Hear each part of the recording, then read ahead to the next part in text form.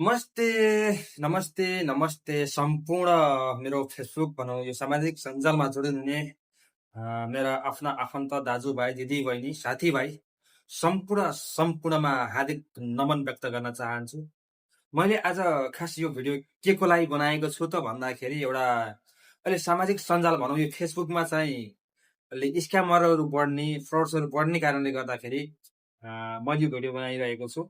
किनभने 2-4 दिन अगाडि भनौँ यस्तै 5-7 दिन अगाडि म आफै पनि म त अलिक केयरफुल भएर म अलि बचेँ भन्नु पर्यो होइन।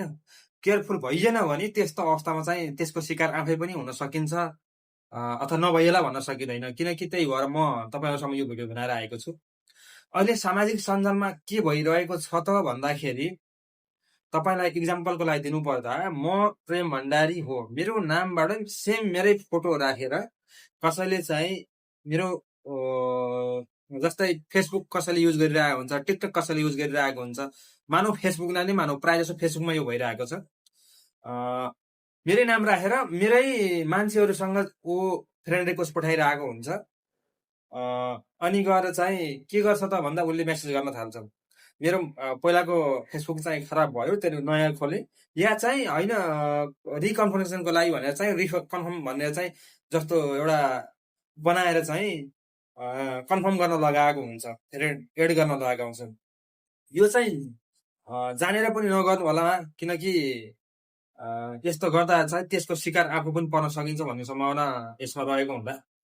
किनकि अहिले सामाजिक सञ्जालमा के भइरहेको छ त भन्दाखेरि जस्तै यस्तै मैले भने अनुसार नै प्रायः जसो आफ्नै पहिचान भएको मान्छेले आफूलाई रिक्वेस्ट पठाइरहेको हुन्छ।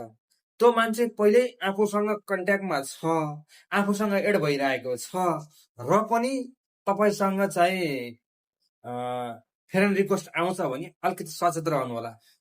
एक्सपेक्ट गर्नुभन्दा अगाडि चाहिँ त्यो मान्छेलाई सँग कन्फर्म गर्नु होला, या चाहिँ कन्ट्याक्ट छ भने फोन गर्नु होला।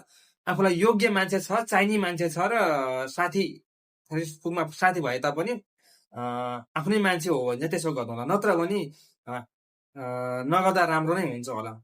अहिले के भइरहेको छ भने चाहिँ मेसेज गर्न थाल्छ बिस्तारै, एकचोटि केही कुरा खोलिआएको हुँदैन, मेसेज गर्छ के हाल्छ, या चाहिँ म विदेशबाट आउँदैछु, तपाईँको सामान ल्याउँदैछु, तपाईँको फोन नम्बर दिनुहोस्, नभए फलनाले तपाईँलाई यस्तो पठाएको थियो, पठाउँदा चिट्टा परेको रहेछ, तपाईँको चाहिँ एकाउन्ट नम्बर दिनुहोस्, म तपाईँलाई पैसा हालिदिन्छु, या चाहिँ तपाईँको सामान ल्याइदिन्छु। यस्तै कुराहरू उसले गर्छ बिस्तारै बिस्तारै बिस्तारै बिस्तारै। पहिला सोध्छ घर कहाँ कसो यताउति, उसले चाहिँ हाम्रो चाहिँ सबै कुरा लिनलाई उसले सोध्छ। सोधिसकेपछि हाम्रो चाहिँ फेसबुकको पुरा बायो उसले हेरिरहेको पनि हुन्छ, हामी कस्तो मान्छे, के मान्छे, कहाँ छौँ। प्लस त्यसले अरू सोद्धाखेरि उसलाई चाहिँ मिल्छ, हामीसँग चाहिँ जोडिनको लागि उसलाई एकदम सजिलो माध्यम रहेको हुन्छ। त्यही भएर त्यस्तो मान्छेलाई चाहिँ फेसबुकको च्याटमा चाहिँ राम्रो कुरा नबताउनु होला। इनकेस हो भने पनि भोइस मेसेज गर्न लगाउनु। त फल्लै मान्छे हो भने भोइस मेसेज गर्दा एकचोटि भन्नुहोस्, होइन भने सम्बन्धित मान्छेलाई फोन गरेर सोध्नु होला, तपाईँको यस्तो हो कि नै के हो, यस्तो यस्तो छ कुरो भनेर। नत्र भने आफू शिकार बन्न नसकेला भन्न सकिँदैन। त्यही भएर मैले यो भन्न चाहन्छु, सजिलै कोहीसँग चाहिँ एक्सेप्ट नगर्नु, मेसेज पनि नगर्नु। कसैले पठाएको फेसबुक लिङ्क छ भने लिङ्क पनि नखोल्नु होला। अन्जान मान्छेले पठाएको चाहिँ कुनै लिङ्कहरू पठाएको छ फेसबुकमा अथवा कहीँ पनि एक्सेप्ट नगर्नु होला।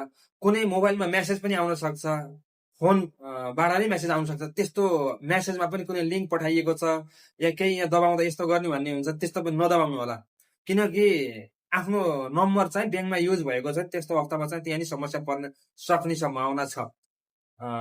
त्यो भएको कारणले गर्दा सचेत रहनु होला भन्नको लागि मैले यो चाहिँ भिडियो बनाएको खासमा। हुन त मैले जानेको छु, म एकदम सचेत छु भन्दै पनि कुनै बेला नफसिएला भन्न सकिँदैन। त्यही भएर हामीले एकदम ध्यान दिनुपर्ने कुरा यी छन्। आफ्नै मान्छेले पठाएको छ फेरि आफ्नै मान्छेले मेसेज पठाएको छ भन्दैमा पनि विश्वास गर्नु हुँदैन। पहिला कन्फर्म गर्नुहोस् अनि मात्रै अगाडि बढ्नु होला है त। हस् त, नमस्ते।